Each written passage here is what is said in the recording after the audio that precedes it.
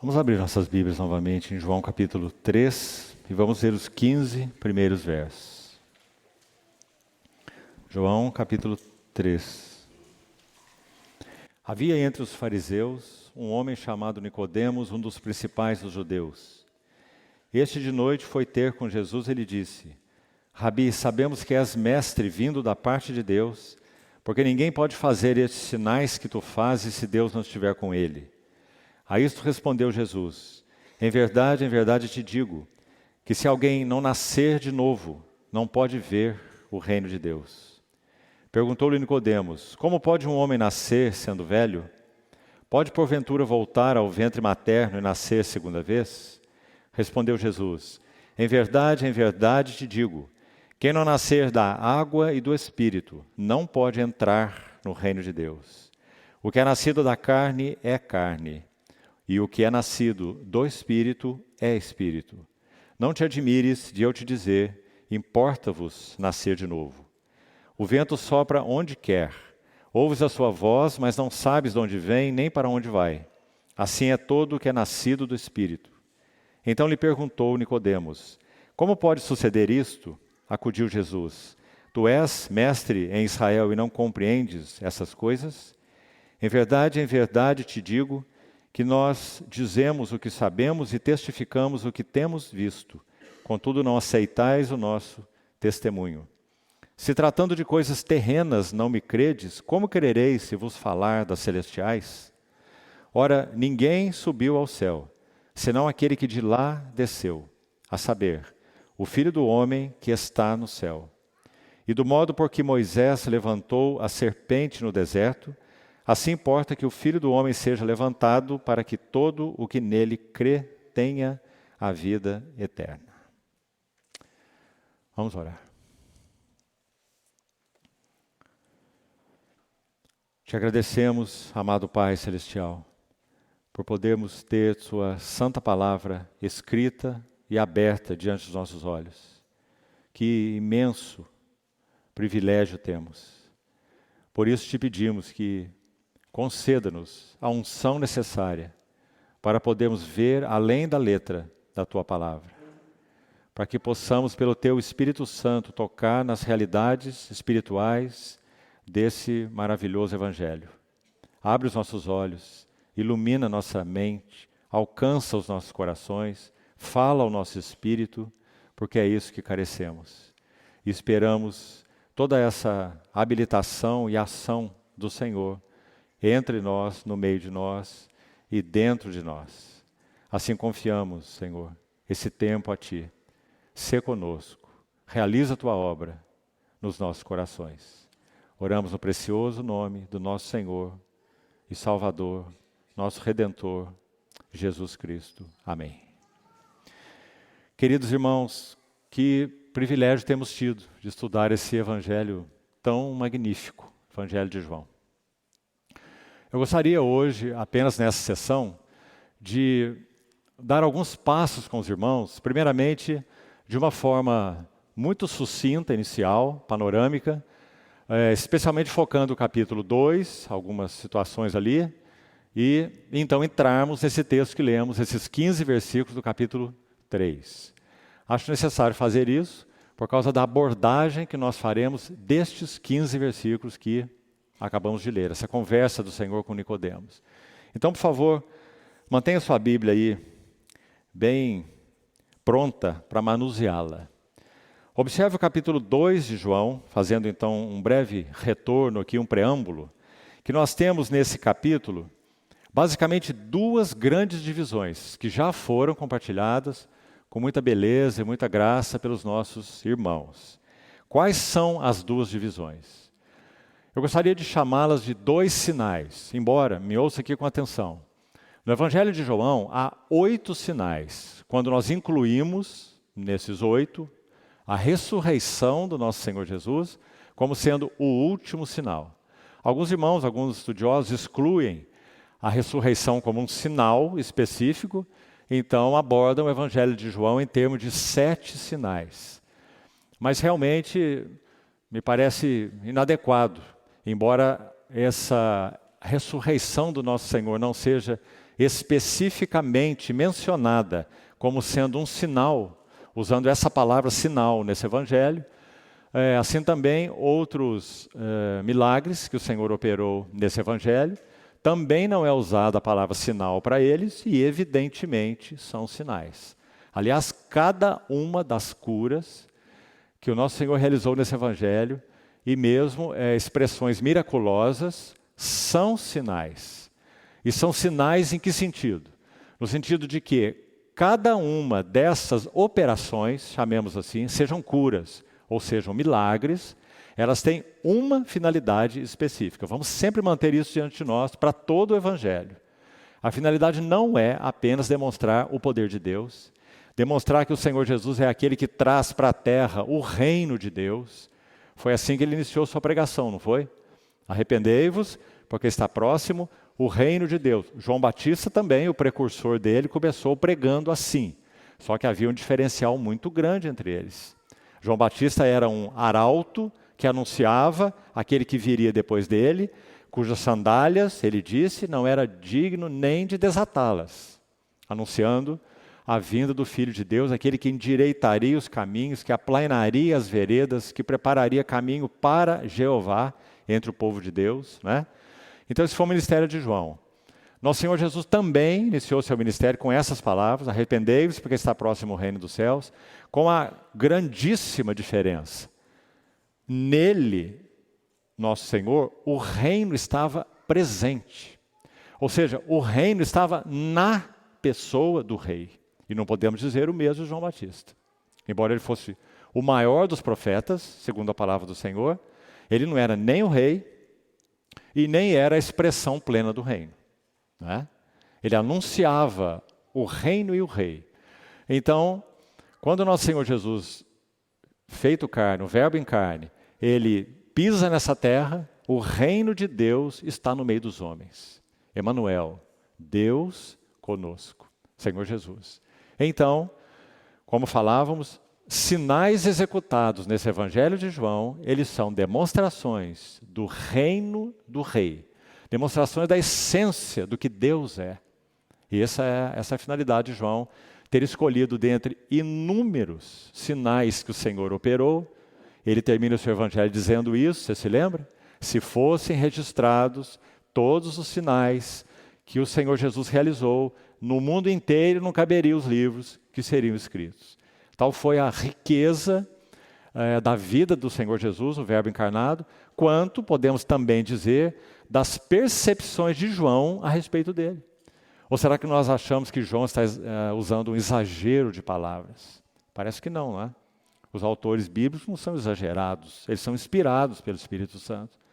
Então, quando João fala que não haveria livros suficientes para escrever tudo o que esse homem significa, fez, falou, em todos os aspectos, então realmente sabemos que é verdade, simplesmente porque ele é quem é.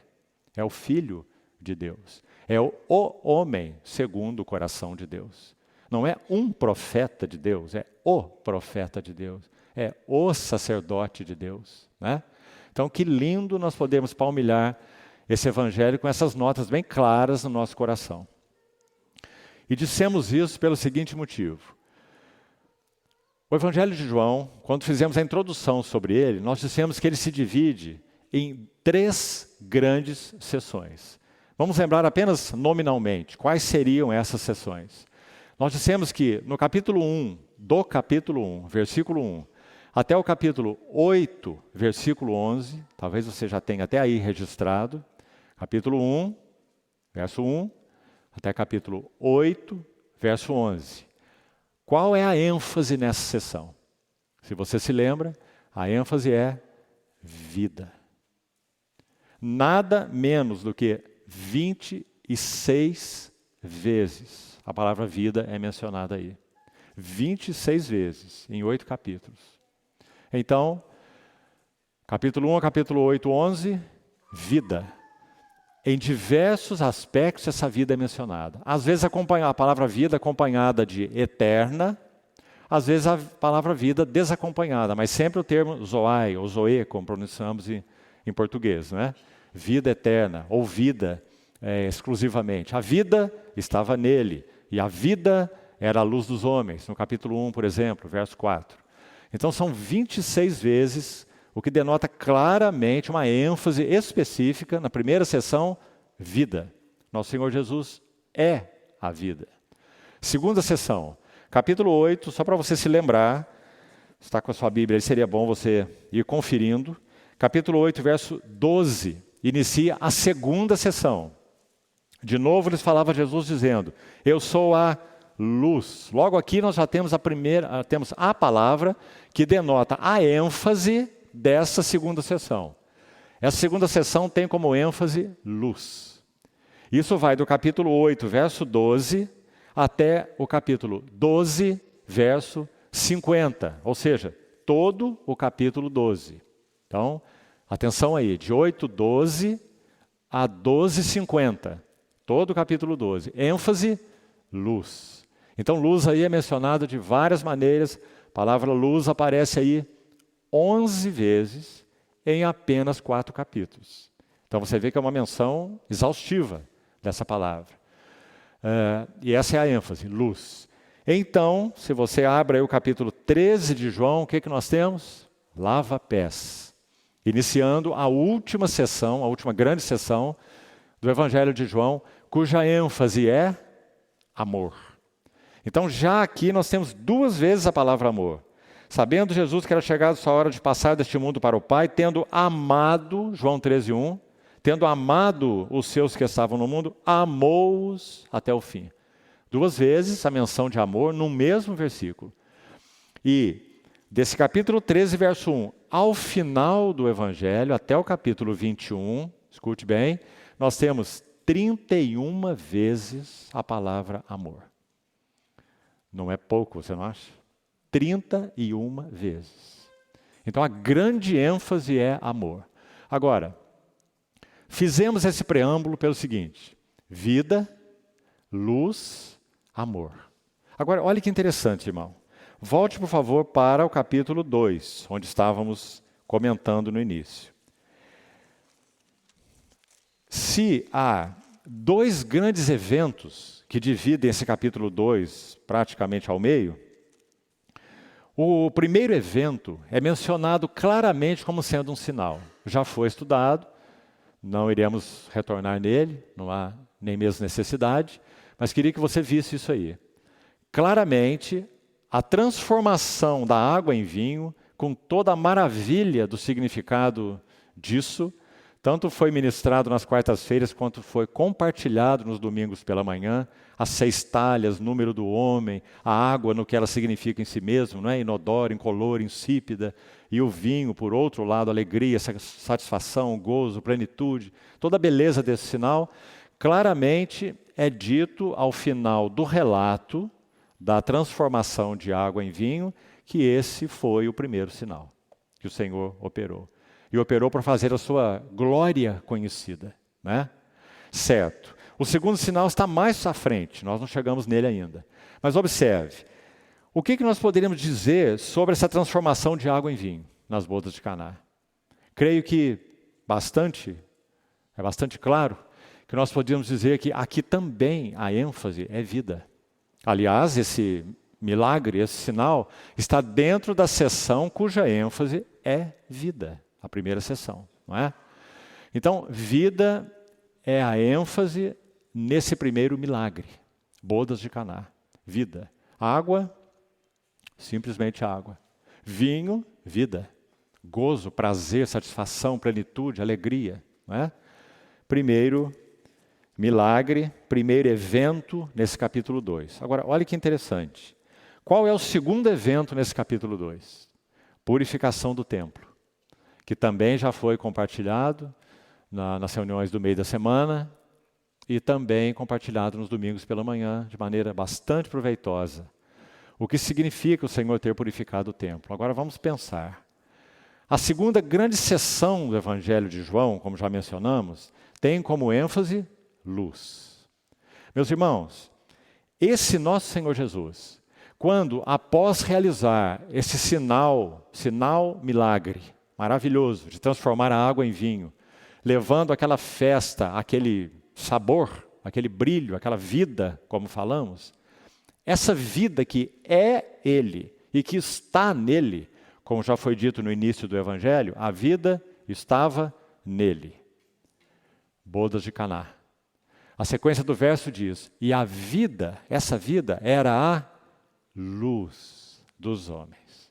O que aconteceu na purificação do templo? Essa gloriosa vida que realizou aquele maravilhoso sinal nas bodas de Caná. Agora, ele deixa Caná, ouça bem, e vai para Jerusalém. E em Jerusalém o que acontece? A vida é a luz dos homens. A vida brilha. Então o que ele faz no templo? Irmãos, aquele que é a luz, ele viu no templo e no serviço do templo só trevas. Por isso que nós temos no meio dessa narrativa, veja aí, verso 17, olhe na sua Bíblia, por favor. Lembraram-se os discípulos do que está escrito, depois que ele virou as mesas, expulsou os cambistas, disse para tirar dali aqueles animais, né? Então os discípulos se lembraram do que está escrito, o zelo da tua casa me consumirá. A luz está brilhando no meio das trevas do templo, do serviço do templo, dos sacerdotes do templo, de tudo que estava acontecendo no templo. Para citar um exemplo que me parece que brevemente já foi mencionado aqui, as ofertas que eram oferecidas lá, aqueles animais. Meus irmãos, a Páscoa está entre as 3 festas principais dos judeus.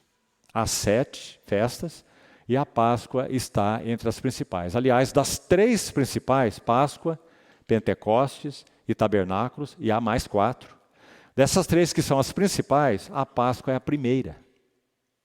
Ou seja, a Páscoa é o marco da história de Deus com o seu povo. A Páscoa é o marco do amor de Deus. Hoje nós não celebramos Páscoa, nós celebramos a mesa do Senhor, que é exatamente a mesma coisa, agora na realidade espiritual, né?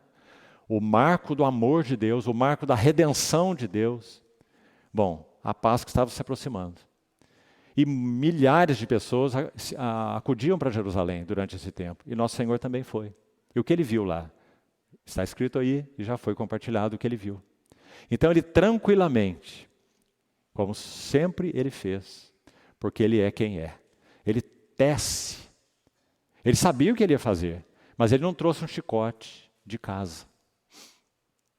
Ele tece um chicote de cordas.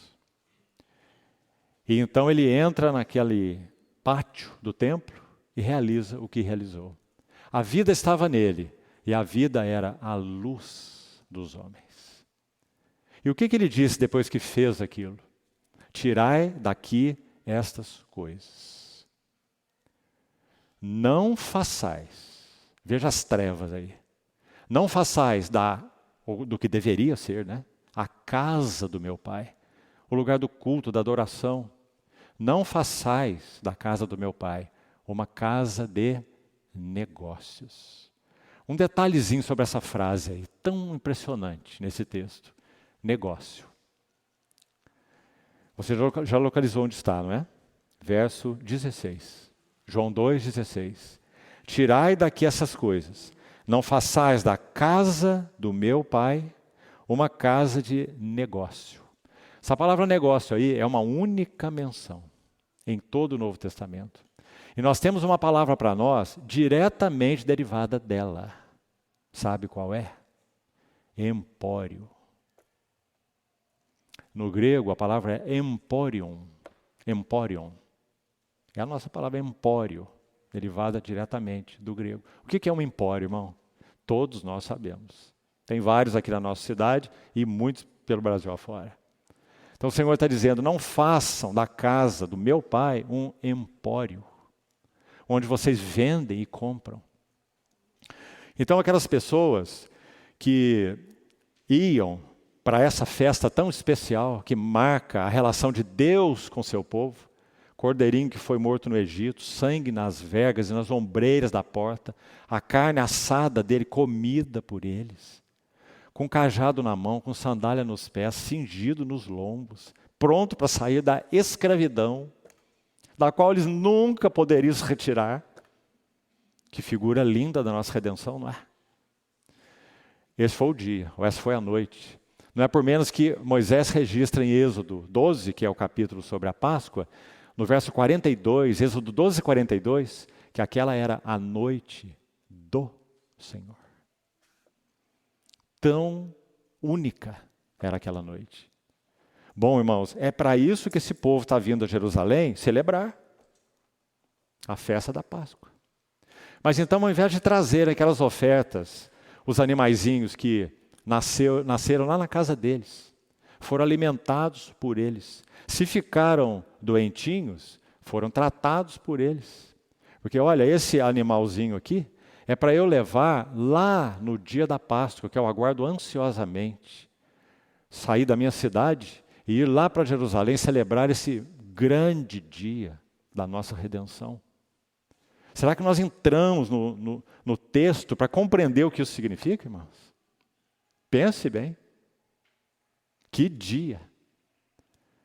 Isso é o que deveria ser feito. Mas o que era feito então? Conforme o texto diz? Ninguém levava nada. Ninguém levava nada. Eles chegavam lá e compravam os animais para serem oferecidos. E por que eles compravam? Porque eles eram persuadidos a fazer isso. Não, pensa em viajar com animal, não. Pega só eu que você precisa, vem para cá, você vai ter tudo aqui. E por que eles eram encorajados a fazer assim? Porque havia quem vendesse o animal. E tinha lucro com a venda do animal. E aqueles que viriam de cidades distantes com moedas que não eram, e todos vinham, com as moedas que não eram as moedas do templo, eles tinham que fazer câmbio. E aí de novo entra a ganância e a usura. Então os irmãos estão vendo? Não façam da casa do meu pai um empório, um lugar de compra e venda, um lugar de trocar dinheiro, um lugar de obter lucro, um lugar de vender animal e comprar animal. Vocês perderam todo o significado do que a casa significa. Tirai daqui essas coisas, disse o nosso Senhor. E então não foi ele que disse, né? No verso seguinte, foram os discípulos que se lembraram do que foi dito. O zelo. A palavra significa ardor. Ardor. Ciúme. Quantas lições nós tiramos aqui, não é, irmãos? E esse lindo texto já foi partilhado pelos nossos irmãos. E algumas dessas coisas já foram tocadas, inclusive. Nós temos ardor pela igreja. Quando um membro sofre, todos sofrem com ele. Quando um deles é honrado, com ele todos se regozijam. Nós temos, nosso coração arde de zelo pelos interesses do Senhor. Nós precisamos responder essa pergunta, irmãos. Porque, do contrário, nós seremos frequentadores de reunião. Se não houver no nosso coração esse ardor. Nós vamos reunir para ouvir palestras, nós vamos reunir para ouvir estudo bíblico, não é? Nós estamos juntos porque nós somos, olha o nosso privilégio, o tamanho disso. Nós somos a casa do meu Pai. Em primeiro lugar, essa casa do meu Pai era o verbo que se fez carne e tabernaculou, como também já foi compartilhado, João 1,14. O verbo pôs a sua tenda entre nós. E quem que pôs essa tenda entre nós? Quem é esse verbo encarnado? Vimos a sua glória. Glória como do unigênito do Pai. Foi isso que aconteceu na encarnação. Então essa é a primeira casa do Pai, nosso Senhor Jesus. Já falamos isso várias vezes. Mas é apenas isso? Essa casa, meus irmãos, essa casa do meu Pai também é o grão de trigo, é o mesmo. E essa casa do Pai, esse grão de trigo, foi semeado na terra. Para que também, por causa dessa obra maravilhosa que só Ele poderia realizar, então a casa do Pai tivesse um prolongamento. E então a casa do Pai agora não é apenas o Filho. A casa do Pai agora é constituída de muitos filhos. Porque o unigênito se tornou o primogênito entre muitos irmãos. Isso não é maravilhoso? Agora, irmãos, se aquela casa tinha aquele significado para esse homem, que é a casa de Deus, então precisamos seguir com a pergunta. Qual é o significado que esta casa tem para nós como filhos de Deus? Porque é a mesma casa.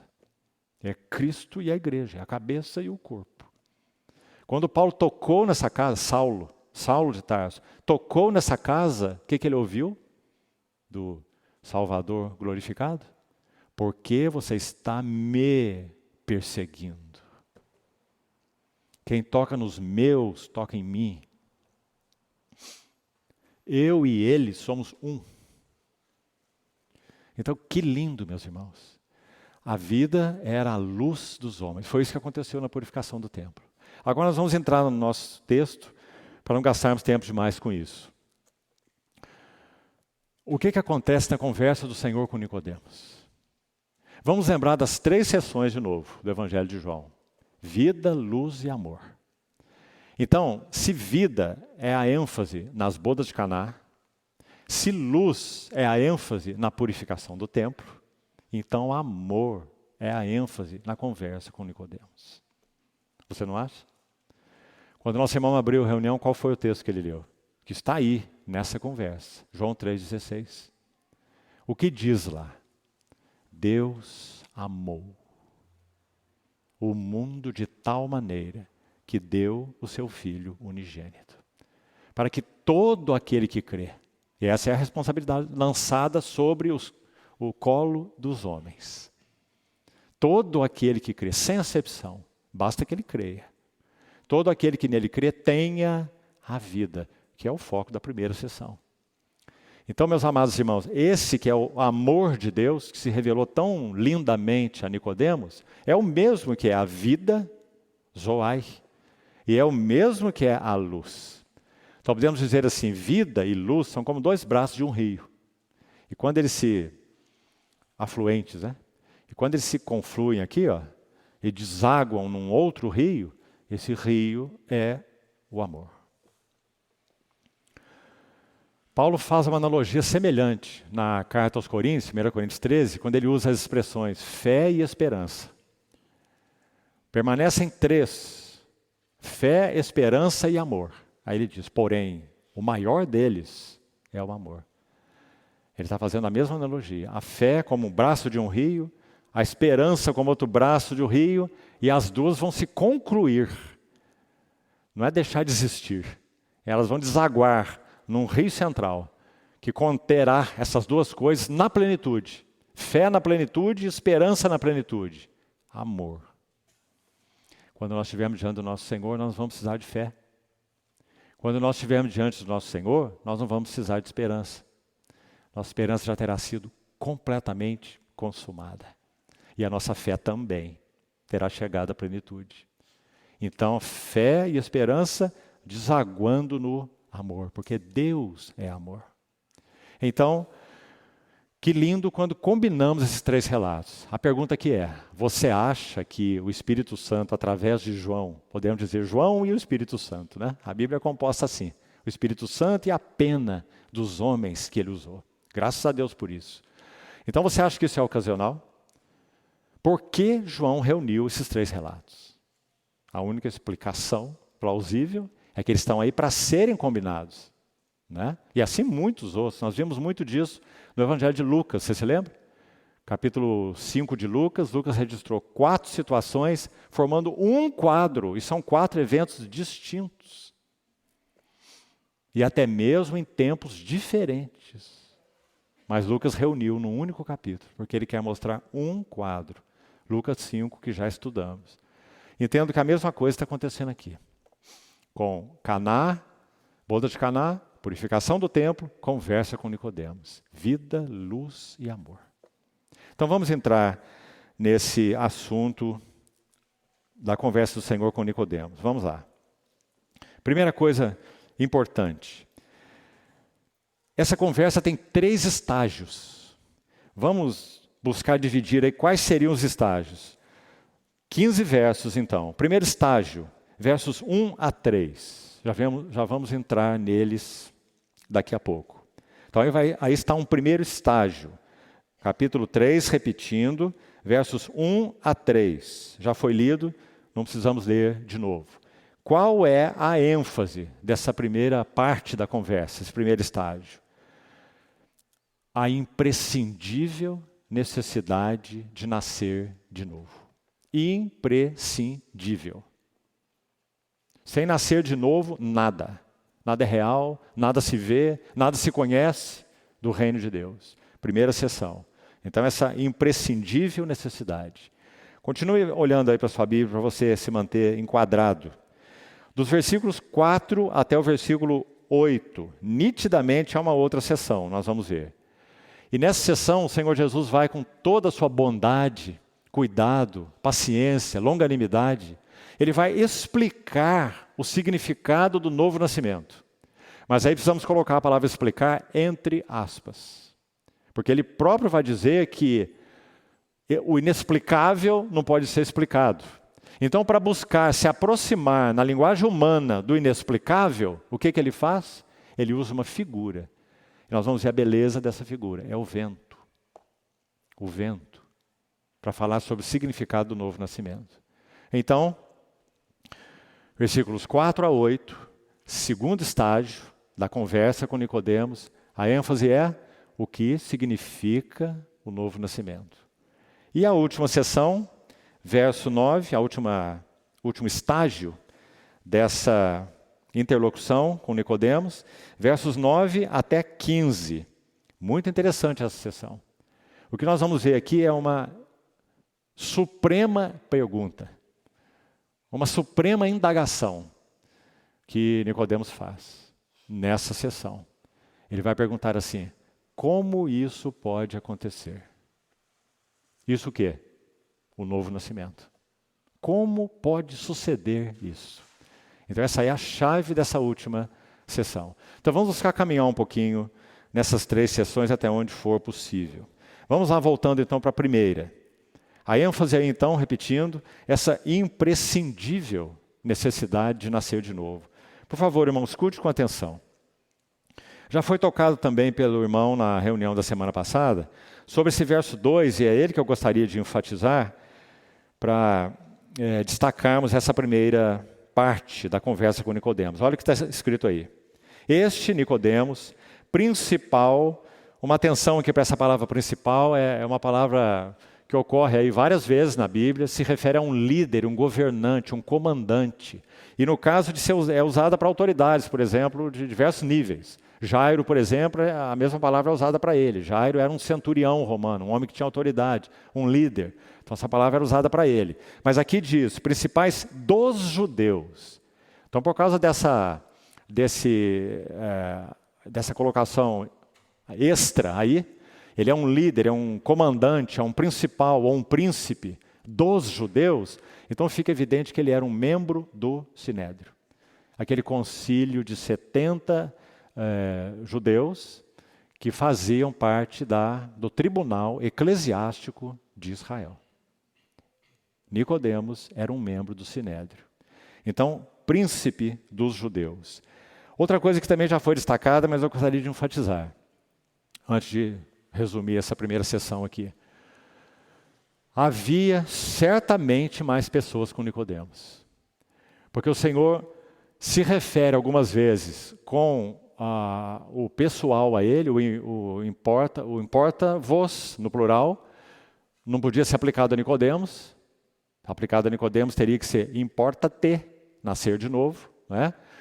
Outras vezes o Senhor usa essa expressão que se refere exclusivamente a Nicodemos. Então ele está falando com Nicodemos, mas ele também está sendo ouvido pelas pessoas que vieram com Nicodemos. Por isso ele vai usar esses termos algumas vezes na segunda pessoa do plural. Esse vos aí. Né? É importante isso. E é até interessante, as pessoas não abriram a boca, né?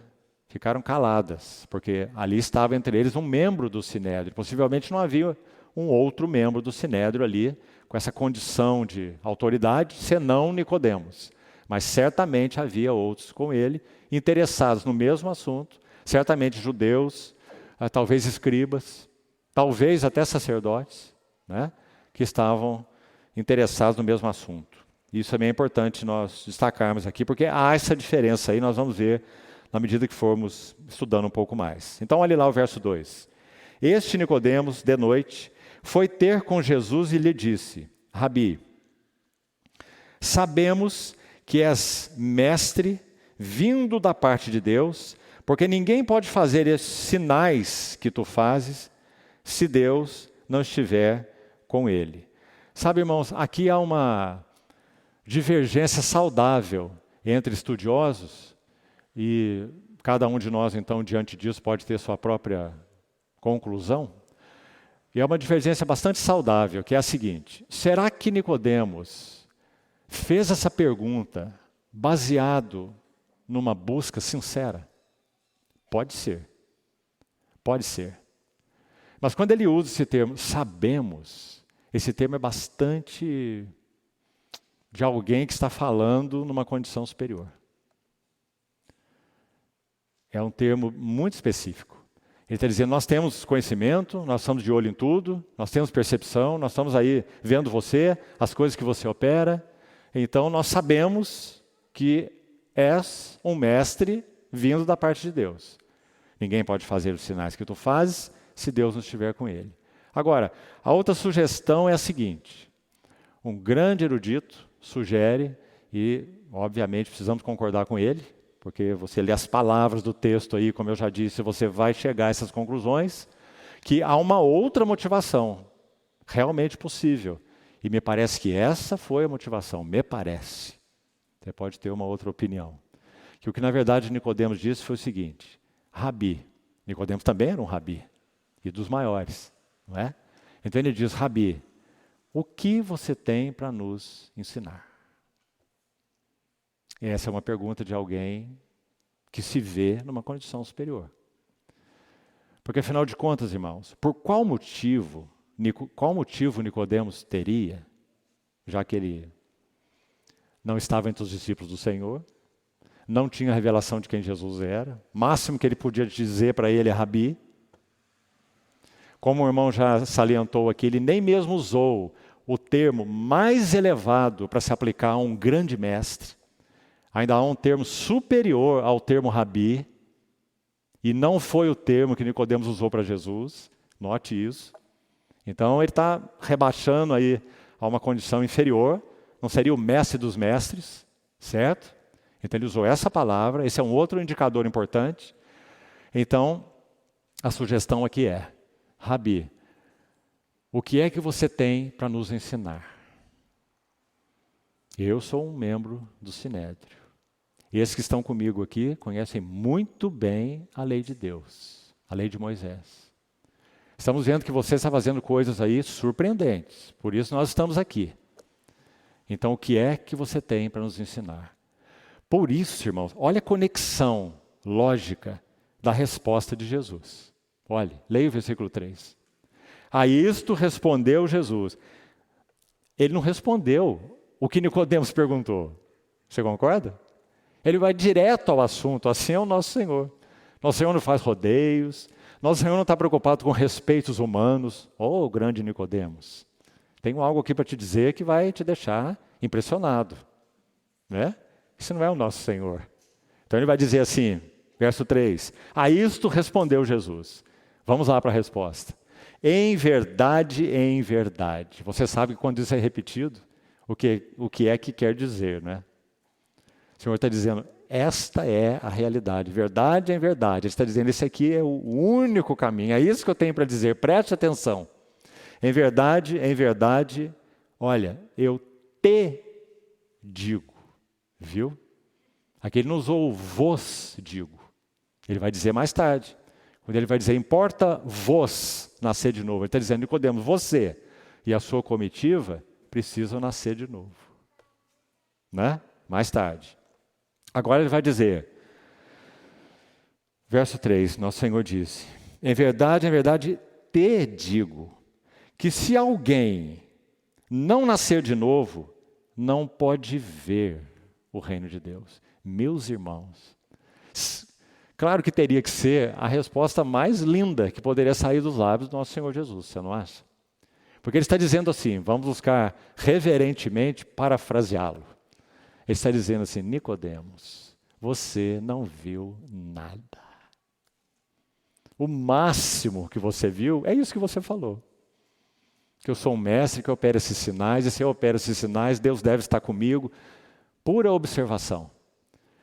Mas se você, não quero entrar nisso agora, porque vai ser dito mais à frente, mas o que o Senhor está dizendo é, se você não sofrer uma operação, ouça isso, irmão, sobrenatural, do Espírito Santo em você, você não pode ver nada, absolutamente nada. Você é cego. Você só pode ver isso que você está vendo, que eu opero sinais. A multidão também estava vendo. E, aliás, seguiria, né? Isso vem posteriormente, seguiria o Senhor Jesus por causa disso. Pães, milagres, curas, expulsão de demônio. Não é? Então o Senhor está dizendo, você não vê nada. Mas com essas palavras tão lindas, e que foram como uma flecha no coração de Nicodemos, porque o levou a conjecturar, a arrazoar o que o Senhor quis dizer, né? Então, verso 3, 2 e 3, né, são grandes destaques aí nessa pequenina sessão inicial, o primeiro estágio da conversa. O que seria então ver? Quem não nascer de novo não pode ver. Se alguém não nascer de novo, não pode ver o reino de Deus. Ter que seja uma primeira percepção do que é o reino de Deus. Então, de novo, reverentemente parafraseando o Senhor, ele está dizendo, o reino de Deus está fechado diante dos seus olhos, diante da sua compreensão, diante da sua percepção, até que você nasça de novo. Quando você nascer de novo, você vai começar a ver alguma coisa. Então, ver aí é uma importante palavra. Agora, meus queridos irmãos, vamos fazer sempre as aplicações, porque, acima de tudo, é o que nos interessa, não é? Não é simplesmente examinar esse diálogo e o que ele significa. Vamos fazer as aplicações. A maravilha do que aconteceu conosco. O que é que nós víamos sobre Jesus? Hein? Pense sobre você. O que você via? Mesmo aqueles que foram criados, tiveram a bênção de ser criados em lares evangélicos. E alguns aqui, uma parte, tiveram uma grande bênção, uma preservação, um cuidado especial do Senhor. Mas olhe para você, que foi criado num lar evangélico. O que é que você via realmente de Jesus até os seus olhos serem abertos?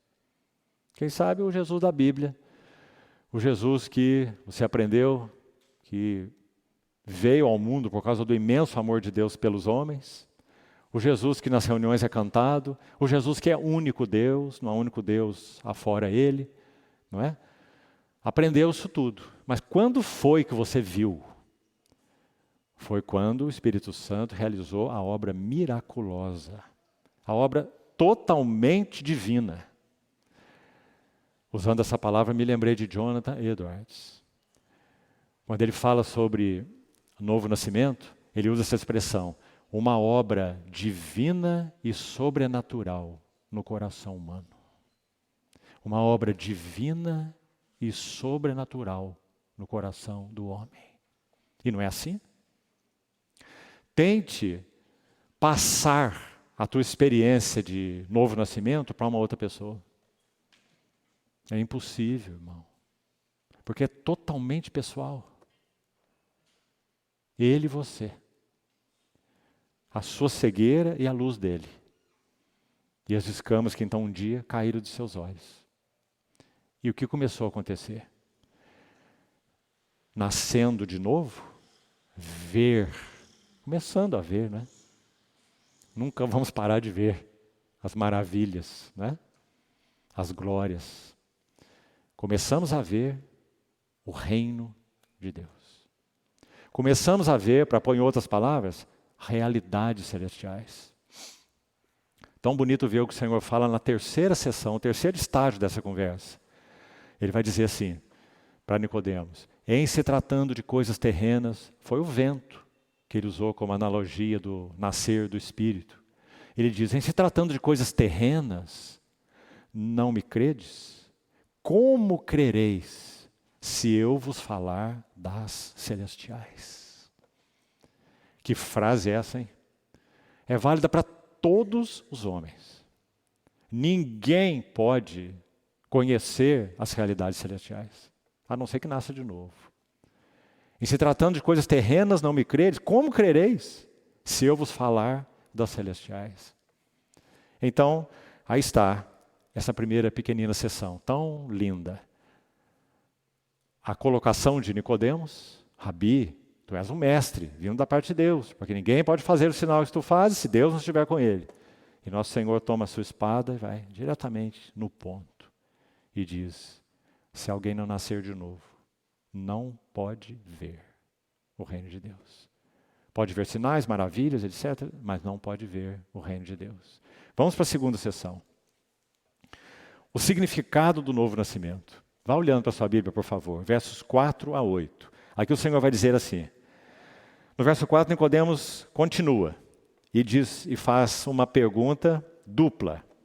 Como pode um homem nascer sendo velho? Pode, porventura, voltar ao ventre da sua mãe e nascer segunda vez? No domingo pela manhã, eu disse para os irmãos, tomei a liberdade de dizer para os irmãos qual é a minha interpretação sobre essa pergunta dupla de Nicodemos.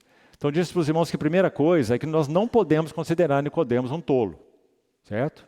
Ele é um intelectual, ele é um membro do Sinédrio, ele é um eclesiástico, ele é uma liderança da nação de Israel, religiosa da nação de Israel, não é um tolo. E também não podemos considerá-lo ridículo, porque a pergunta parece ridícula, você não acha? Um velho, eu velho, como eu vou entrar no ventre da minha mãe? Ele certamente nem mãe tinha mais, não é? Porque ele era um ancião. Então, como é que eu vou fazer isso e nascer de novo? Então, não podemos considerá-lo nem tolo e nem ridículo. Então, o que ele está falando? Então, meus irmãos, a forma como eu entendo isso é a seguinte. Nicodemos compreendeu o que o Senhor disse, embora ele não pudesse compreender o que significa o novo nascimento. Mas ele compreendeu o que o Senhor falou. O Senhor falou: você está com uma parede em branco diante de você e você não pode ver nada. Quem não nascer de novo não pode ver. Então ele vai fazer a pergunta: como pode eu, que sou velho, nascer de novo? Sem dúvida ele está fazendo a pergunta filosófica. E o que ele quer dizer? Meus irmãos, Nicodemos, como o mestre que ele era, do judaísmo, ele foi gestado no judaísmo, no ventre do judaísmo, no ventre da lei. Domingo pela manhã citamos o exemplo de Saulo de Tarso, a mesma coisa, instruído aos pés de Gamaliel, não é assim? Um mestre da lei. Ele disse que ele era fariseu, ele era hebreu de hebreus. Ele era da tribo de Benjamim, a nata das 12 tribos. Quanto à justiça que havia na lei, olha aí, ele disse: eu era irrepreensível. E quanto aos jovens da minha idade, eu me avantajava a todos eles. Lembra dele dizer isso, Filipenses? Mas ele vai dizer assim: então o que para mim era lucro, eu considerei perda. Por causa, olha isso, irmão, da sublimidade do conhecimento de Cristo Jesus, o meu Senhor, por amor do qual eu perdi todas as coisas do judaísmo, toda a sua herança, e eu as considero como um refúgio, lixo inútil, para ganhar mais de Cristo e ser achado nele. Quando é que isso começou a acontecer com Saulo de Tarso? Você sabe, não é? Estrada de Damasco. Lembra o que aconteceu com ele? Quando essa luz mais brilhante que o sol do meio-dia, assim é relatado, né? Brilhou sobre ele e sobre os que estavam com ele. Então ele ouviu aquela voz: Saulo, Saulo, por que me persegues? Dura coisa recalcitrares contra os aguilhões. Quem és tu, Senhor? Ele pergunta. E ele ouve a resposta: eu sou Yahvé. Que resposta! A quem tu persegues? Ele viu que Jesus é o próprio Deus, Yahvé, em carne humana. Eu sou Jesus a quem tu persegues. Mas levanta, entra na cidade, lá te dirão o que você deve fazer. O que aconteceu com ele? Ele ficou cego. Um mestre dos mestres no judaísmo. Gestado na lei, gestado no judaísmo, como nós falamos. Cego. Por quê? Quem não nascer de novo não pode ver o reino de Deus.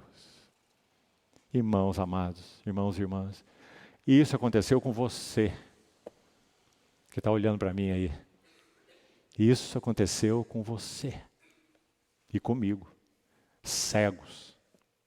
Mesmo, como já falei, que tivéssemos tido o alto privilégio de poder ouvir de Deus, ouvir do Senhor, ouvir da palavra, desde a meninice. Agostinho era um homem que viveu uma vida depravada, em todos os sentidos, e recebeu o Senhor, ele tinha 40 anos de idade. Agostinho, quarto século. E quando ele escreve as suas confissões, uma das coisas lindas que ele diz é a seguinte: eu bebi a palavra de Deus, eu bebi a palavra de Deus misturada com o leite materno.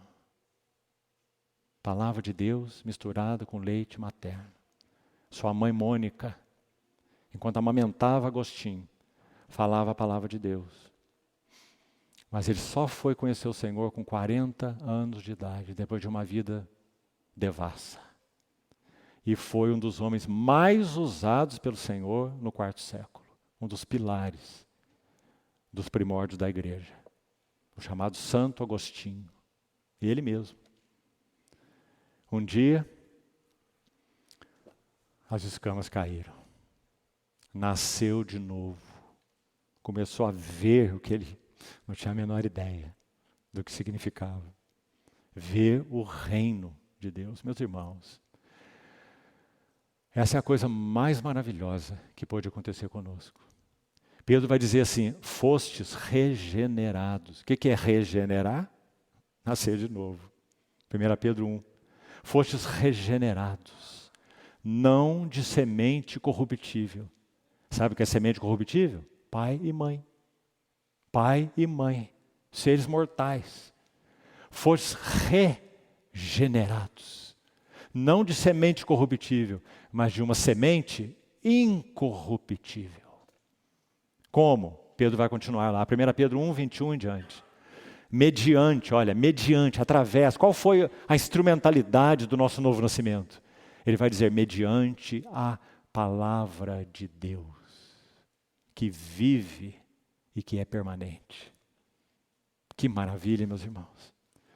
Nós fomos regenerados para uma nova vida permanente pela palavra de Deus. Ninguém pode nos cegar, porque a luz já raiou. Deus que disse de trevas resplandecerá luz. E Ele mesmo resplandeceu nos nossos corações, para a iluminação do conhecimento da glória de Deus na face de Cristo.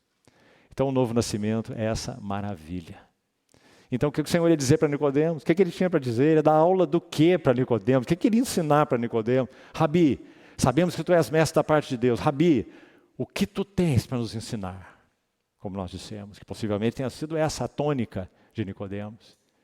Então, o mestre dos mestres, o Filho de Deus, o Verbo encarnado, dá a resposta que ele precisava. Se alguém não nascer de novo, não pode ver o reino de Deus. Então, como seguimos aí para a próxima sessão, como pode um homem nascer sendo velho? Ele entendeu bem. Será que então, o que eu teria que fazer? Eu fui gestado nesse ventre, e esse ventre não é um ventre qualquer. Vamos lembrar, o ventre do judaísmo, o ventre da lei. A lei veio de quem mesmo? A lei veio da cabeça de Moisés? A lei veio de Deus. As instituições estabelecidas no judaísmo, as iniciais, não é? As originais, vieram de Moisés? Não, vieram de Deus. Então é o Deus vivo e a religião sagrada dos judeus. Por isso Saulo perseguiu a igreja. Porque achava que esse povo era um povo blasfemo, que estava cultuando um impostor chamado Jesus de Nazaré, que foi pregado numa cruz. Ele chamava a eles de a seita dos nazarenos. Assim a igreja foi chamada quando ela nasceu. A seita dos nazarenos. Paulo queria acabar com a seita dos nazarenos. Povo do caminho. O povo do caminho. Até que ele foi encontrado pelo cabeça desse povo. Né? Então, aí está. Nicodemos entendeu a questão, só que ele não sabia como é que isso seria. Nascer de novo. Então o texto segue, ainda no segundo estágio. Vamos lá. Respondeu Jesus. Ele perguntou, né? Como pode um homem sendo velho nascer de novo? O Senhor vai responder. Em verdade te digo, quem não nascer... Agora, duas coisas aqui importantes, irmãos. Água e Espírito. Quem não nascer da água e do Espírito não pode entrar no reino de Deus. Graças ao Senhor por essa palavrinha aí, adicional também. Não é apenas ver. Ver é maravilhoso, não é? Olha a visão que Davi teve do Senhor, que Moisés teve do Senhor, que Daniel teve do Senhor, caindo no chão como morto. João teve do Senhor, caindo no chão como morto. Visão espiritual é algo sublime, mas não é tudo. Se tudo se resumisse na visão, nós seríamos visionários e não teríamos nada em termos de experiência. Então, quem não nascer de novo não pode ver, e quem não nascer da água e do Espírito, que é exatamente a mesma coisa de nascer de novo, vamos explicar essas duas palavras aí, água e Espírito. Quem não nascer da água e do Espírito não pode entrar no reino de Deus.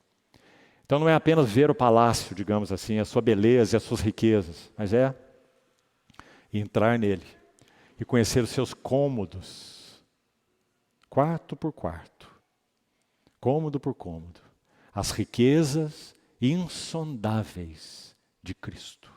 Entrar no reino de Deus. Meus irmãos, que o Espírito Santo desperte em nós uma gana insaciável de entrar mais fundo nesse reino que já é nosso, no qual nós já fomos colocados. Porque fomos objetos da obra divina e sobrenatural do Espírito Santo. Agora, certamente água e Espírito podem, particularmente água, pode ser feita uma analogia com relação à palavra de Deus, porque a Bíblia faz, não é? Lavagem de água pela palavra, Paulo vai mencionar em Efésios, mas aqui, meus irmãos, neste texto e neste contexto, tá certo? Não estou dizendo que essa analogia está errada, de forma nenhuma, mas não me parece ser coerente com o contexto do Evangelho de João. O que é que nós temos no contexto do Evangelho de João? Nós temos o João Batista, assim nos outros evangelhos também é a mesma coisa. Nós temos o João Batista dizendo assim, eu vos batizo com água.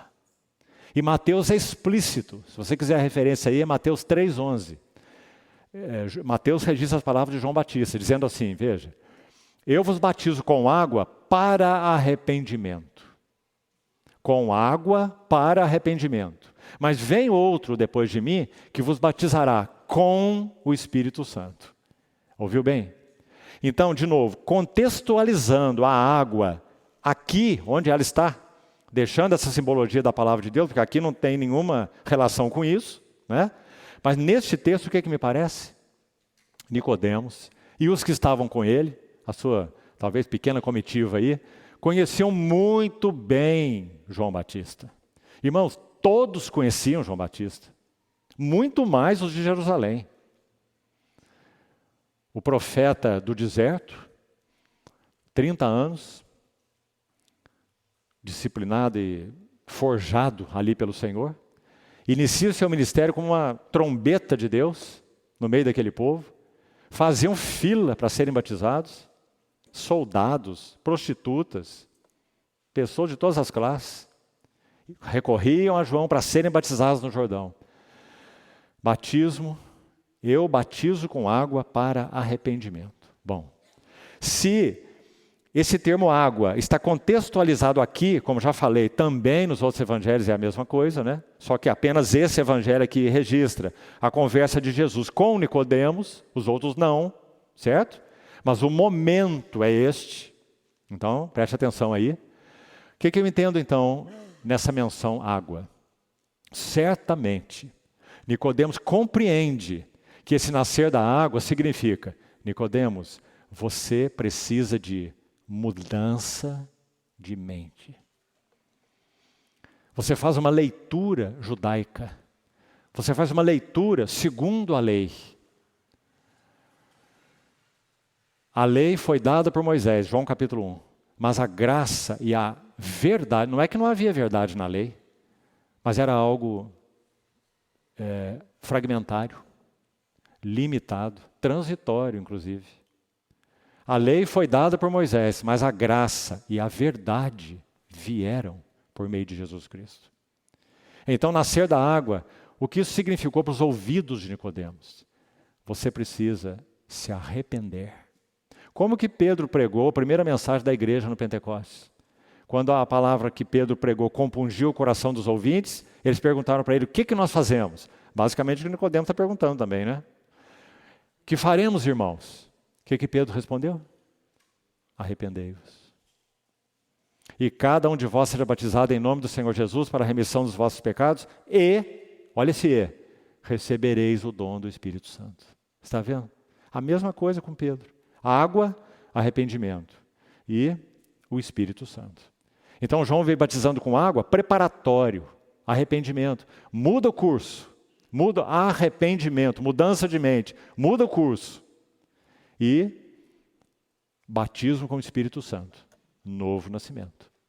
Então, nascer da água e do Espírito. Você precisa se arrepender, mudar de curso, e você precisa sofrer uma operação divina e sobrenatural do Espírito, para que você possa entrar no reino de Deus.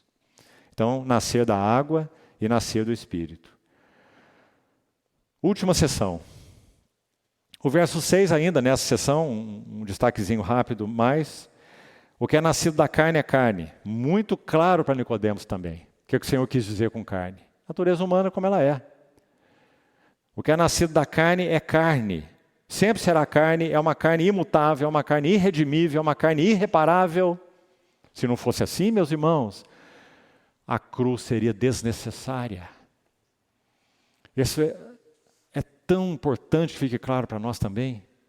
Nós estamos sofrendo uma reformulação teológica, social, religiosa. Nada disso é novo nascimento. Nós não estamos sofrendo uma funilaria, como um carro batido. Nós tivemos um novo começo. Porque o que é nascido da carne é irreparável. O que é nascido da carne é carne. Esse é um veredito. Mas também, graças a Deus, pela sequência do verso. E o que é nascido, o que é gerado do Espírito, é Espírito. Isso que foi gerado dentro de nós, irmãos, ninguém pode colocar suas mãos e retirar. Ninguém. Nem morte, nem vida, nem anjos, nem demônios, nem perseguição, nem nudez, nem perigo, nem espada, nem tribulação, nem fome, nada. Nada. Isso não é maravilhoso? Porque o que é nascido do Espírito é Espírito. Graças a Deus por tão grande salvação. E então, vamos concluir. Nosso tempo já acabou, quero concluir bem rápido. Essa última sessão. Vou fazer apenas 2 destaques, então, nela, e outros irmãos podem prosseguir. Verso 9 inicia essa última sessão da conversa com Nicodemos. Então diz assim: Então Nicodemos perguntou: como pode suceder isto? Isto o quê? O novo nascimento, que o Senhor mencionou, e fez a comparação no verso 8 com o vento. Nós precisamos dele para fazer o primeiro destaque dessa última fase da conversa dele. Olha que interessante o Senhor usar o termo vento. Primeiro o seguinte: na língua grega, o termo para espírito e para vento é exatamente o mesmo. Então, depende apenas do contexto para que o autor decida qual o termo que ele vai usar. Porque, por exemplo, para você entender, quando o nosso Senhor falou: quem não nascer da água e do Espírito não pode entrar no reino, ali poderia ter sido traduzido assim: quem não nascer da água e do vento não pode entrar no reino de Deus. Compreendeu? Porque a palavra é pneuma, é a mesma para vento e para espírito. Só que é claro, O Senhor não está falando sobre nascer do vento, né? Ele está falando sobre nascer do Espírito. Então, ele usa essa figura do vento aí. O que ele quis dizer com isso? Olha que interessante. Ninguém, ainda hoje, com toda a ciência que nós temos, pode determinar o caminho do vento. Impossível. O vento é completamente autônomo. O único que determina o caminho do vento é o nosso Senhor. Impossível determinar. Não é? E por isso o nosso Senhor diz, o vento sopra onde quer. Não sabes de onde vem e nem sabes para onde vai. Agora, então inexplicável, certo? Inexplicável, incognoscível. Mas o detalhe importante, irmão. Vamos pensar num barco à vela. Não, o velador, o velejador, ele não explica o vento, nem o caminho do vento, nem nada sobre o vento. Mas ele levanta a vela, né? Direciona para o vento e aprendeu através da vela até usar o vento, para que ele possa se mover até contra o vento. São os que os velejadores fazem, usando a própria força do vento, conforme ele posiciona a vela. Então ele não precisa explicar o vento, conhecer a ciência do vento. Ele tem a experiência do poder do vento, do valor do vento, do significado do vento. Nós podemos explicar a obra do Espírito Santo em nós? Você pode explicar a obra do Espírito Santo em você? Claro que não. Mas nós experimentamos a realidade dela, o significado dela, o poder dela, a graça dela, as virtudes dela, dessa obra do Espírito Santo, não é? Então aí que está essa figura linda que o Senhor usou e que é verdade para todos nós. O vento sopra onde quer, ouve sua voz, mas não sabe de onde vem nem para onde vai. Assim é todo o que é nascido do Espírito. Então Nicodemos lhe pergunta, como pode isso suceder? E o Senhor responde, tu és um mestre em Israel e não compreende essas coisas? Um pouco disso já foi compartilhado também, a semana passada. Em verdade eu vos digo, ou te digo, veja aí, te digo de novo, que nós dizemos o que sabemos e testificamos o que temos visto, contudo não aceitais o nosso testemunho. Se tratando de coisas terrenas, o vento, essa figurinha simples de nascer de novo que ele usou, não é? Se tratando de coisas terrenas, não me credes? Como querereis se vos falar das celestiais? E aqui eu vou terminar, irmão. Preste atenção, por favor, os 3 últimos versos para nós encerrarmos. Ora, por que será que o Senhor falou isso? Ele vem falando de nascer da água, arrependimento, nascer do Espírito, o mover do Espírito. Não, Nicodemo, você nunca vai conseguir explicar. Nem nós aqui que já nascemos de novo também não conseguimos explicar. Mas sabemos, por experiência, o que significa. Temos a realidade. Experimentamos o poder, a graça, as virtudes, a operação do Espírito Santo. Ora, ninguém subiu ao céu senão aquele que de lá desceu, a saber, o Filho do Homem que está no céu. Que lindo verso. Parafraseando de novo, reverentemente o nosso Senhor. Irmão, ele está dizendo claramente para Nicodemos, Nicodemos, eu sou o homem do céu. Você não está diante de um rabi. Você não está diante de um mestre. Eu sou o homem do céu. Eu sou o único capaz de falar algo para você de realidades celestiais. Mas, olha bem o contexto. Se eu falar delas, você não vai compreender nada. Porque até mesmo usando coisas terrenas, não me credes? Como crereis se eu vos falar de celestiais? Agora, olha o verso 14 e 15 para nós terminarmos, irmão. A beleza dele. O Senhor vai mostrar aí qual seria o caminho, o fundamento, a base, sobre a qual as realidades celestiais poderiam sim ser conhecidas e experimentadas. Está vendo aí? Qual é a base? A cruz e a ressurreição. A cruz e a ressurreição. Por isso ele fala assim, olha, e do modo por que Moisés levantou a serpente no deserto. Importa que o Filho do Homem estava ali diante do Nicodemos, aquele que ele chamou de rabi, chamou de mestre, era o Filho do Homem, lá de Daniel, o Messias. Importa que o Filho do Homem seja levantado, para que todo o que nele crê tenha, aí está, vida eterna. Então, meus irmãos, terminamos aqui. Quando nosso Senhor Jesus purifica o templo, eles falam assim para ele: com que autoridade fazes essas coisas? Lembra? Porque foi algo humanamente impossível, irmão. Se qualquer homem chegasse lá, qualquer um, podia ser até o Nicodemos, se chegasse lá e fizesse o que Jesus fez, eu penso que seria apedrejado. Porque ele está lidando com as coisas do templo, dos sacerdotes, do serviço a Deus. Imagina o Senhor Jesus entrando lá, fazendo o que fez, e nenhuma voz, e muito menos uma pessoa em qualquer aspecto, se levanta contra ele. Nenhuma palavra, nenhuma voz. Ele fez algo sobrenatural. Nenhum homem, impossível, humanamente impossível. E eles falam assim: mas então que sinais você nos dá para fazer essas coisas? E aí, por que eu estou citando isso? Porque a resposta dele lá, vou terminar com isso, a resposta dele lá é igual a essa que ele deu aqui. Qual foi a resposta que ele deu lá? Vamos lembrar. Destruir este santuário, e em 3 dias o reconstruirei.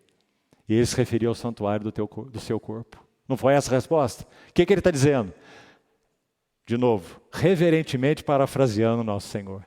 Ele está dizendo: a autoridade que eu faço isso, purificando essa que deveria ser a casa do meu Pai, é a autoridade que repousa sobre minha morte e sobre a minha ressurreição. Meus irmãos, que maravilha, meus irmãos. Essa era a autoridade que ele tinha. Era baseada na vida do Verbo eterno que veio para morrer e para triunfar sobre a morte. Por isso, meus amados irmãos, quando ele abria sua boca, as multidões tinham que dizer o que diziam, né? Elas tinham que dizer. Mateus vai dizer assim: elas ficavam maravilhadas da sua doutrina, porque ele ensinava como quem tem autoridade. Mas, irmãos, até ali ele era o Verbo encarnado. Se alguém não tivesse a operação de Deus em si, não veria quem ele era. Era um homem comum. Jesus de Nazaré, o carpinteiro, não é? Então, Mateus vai registrar que elas ficavam maravilhadas da sua doutrina, porque ele ensinava com autoridade. Essa palavra autoridade tão importante. Você viu aí, já falei na purificação do templo, né? Com que autoridade você faz essas coisas? Destruam este santuário. Porque João vai explicar, não é? Ele se referia ao santuário do seu próprio corpo. Destruam este santuário. E em 3 dias eu reconstruirei. E aqui é a mesma coisa. Moisés levantou a serpente no deserto. Importa que o Filho do Homem seja levantado. De novo, a cruz e a ressurreição. Levantamento. Não tenho tempo para isso, mas essa palavra é usada várias vezes aí em João. Levantardes os filhos do homem. Quando levantardes os filhos do homem, sabereis que eu sou. Quando eu for levantado da terra, todos eu atrairei a mim mesmo. João 12. Levantamento e cura. Serpente de bronze. Todo que olhava para essa serpente na haste era sarado do veneno da serpente mortífera que estava no corpo de todos nós que não conhecíamos o Senhor, envenenados pelo pecado, em última análise pelo diabo, veneno correndo nas nossas veias, nos alienando de Deus completamente. Um dia, a serpente na haste se mostrou a nós. O Filho do Homem que foi levantado. E pela bondade dele, nós olhamos para ele e cremos. E quando nós cremos, nós fomos curados. Assim como Moisés levantou a serpente no deserto. Importa, é necessário que o Filho do Homem, meus irmãos, ele não precisava de nada disso por si mesmo, nada, nada. Ele é o Santo de Deus. Mas ele diz, importa, ou seja, é necessário que o Filho do Homem seja levantado, para que todo o que nele crer tenha a vida que só ele tinha. E só ele tem. Tenha a vida eterna. Vida, luz, amor. Há muito mais nesse texto, meus irmãos, para ser compartilhado. Que o Senhor nos ajude, então, a andar nele com a ajuda do Espírito Santo. Para os nossos olhos serem abertos e nós podemos adorar o Senhor, porque nós estamos aí dentro desse reino, não estamos de fora. Nós somos os que viram e os que entraram no reino de Deus. Que o Senhor nos ajude a avançar mais. Amém. Vamos orar. Senhor, te pedimos que por Tua graça, Senhor, conserve vivas Tuas palavras no nosso coração e nos ajude, Senhor, a avaliá-las como o Espírito Santo as avalia. Obrigado, Senhor, porque quanto a nós, de trevas resplandeceu luz. E te somos tão agradecidos, Senhor. Queremos que o nosso coração transborde de ações de graças, de reverência, de temor, de anseio, por ver mais e entrar mais fundo nas realidades celestiais, nas quais nós já fomos introduzidos. Assim nós te pedimos, muito gratos, no teu precioso nome. Amém.